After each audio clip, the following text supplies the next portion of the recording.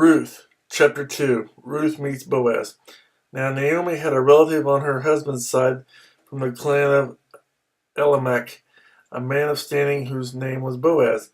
And Ruth the Moabite said to Naomi, "Let me go to the fields and pick up the leftover grain behind anyone in whose eyes I find favor." Naomi said to her, "Go ahead, my daughter." So she went out and began to glean in the fields behind the harvesters. As it turned out, she found herself working in a field belonging to Boaz, who was from the clan of Elimelek.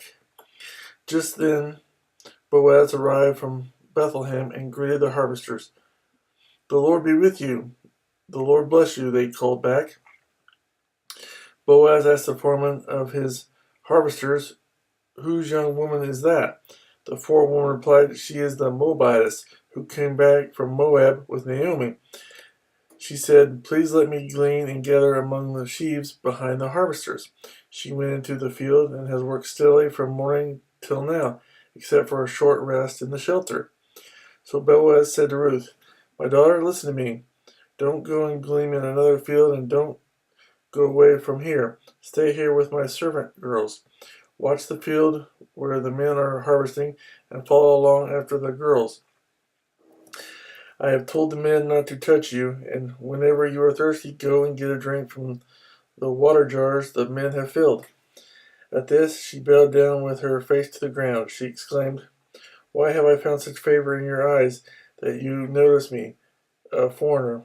Boaz replied, "I've been told all about what you have done for your mother-in-law since the death of your husband, how you left your father and mother and your homeland and came to live with a people you did not know before.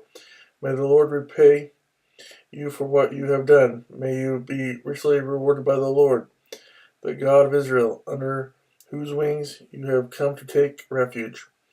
May I continue to find favor in your eyes, my Lord," she said. "You have given me comfort and have spoken kindly to your servant, though I do not have the standing of one of your servant girls." At mealtime, Boaz said to her, "Come over here, have some bread, and dip it in the wine vinegar." When she sat down with the harvesters, he offered her some roasted grain. She ate all she wanted and had some left over. As she got up to glean, Boaz gave orders to his men, "Even if she gathers among the sheaves, don't embarrass her. Rather, pull out some stalks for her from the bundles and leave them for her to pick up, and don't rebuke her." So Ruth gleaned in the field until evening. Then she threshed the barley she had gathered, and it amounted to about an ephah. She carried it back to town, and her mother-in-law saw how much she had gathered. Ruth also brought out and gave her what she had left over after she had eaten enough. Her mother-in-law asked her, "Where did you glean today? Where did you work? Blessed be the man who took notice of you." Then Ruth told her mother-in-law about the one at whose place she had been working. "The name of the man I worked with today is Boaz," she said. "The Lord bless him," Naomi said to her daughter-in-law.